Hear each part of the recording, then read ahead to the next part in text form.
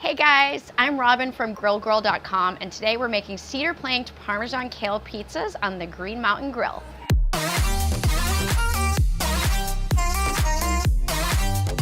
Cedar planked pizza on the grill is my new favorite way to do pizza because the cedar planks add extra smokiness to the pizza while also serving as a great vehicle for presentation.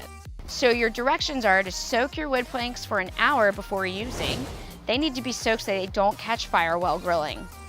Drizzle the plank with a bit of olive oil and spread around, then add cornmeal. This is done so your pizza is less likely to stick.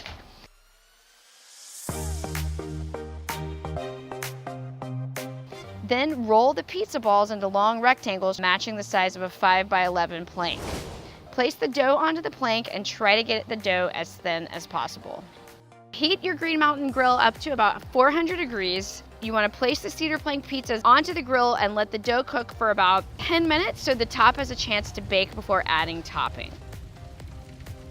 Next, add 2 cups of kale, about 1.5 cups to 2 cups of freshly grated Parmesan, as well as fresh chopped sage and a little bit of sea salt. And of course, make it your own and add the toppings that make sense to you. Let them continue to cook for another 10 minutes until the cheese is melted and the crust is golden brown. Remove these guys from the grill and slice into pieces. You can use the cedar planks as a serving tray for presentation if you like, after they have slightly cooled. And there you have it, folks. Kale Parmesan cedar planked pizzas on the Green Mountain Grill. I will see you guys on my next video.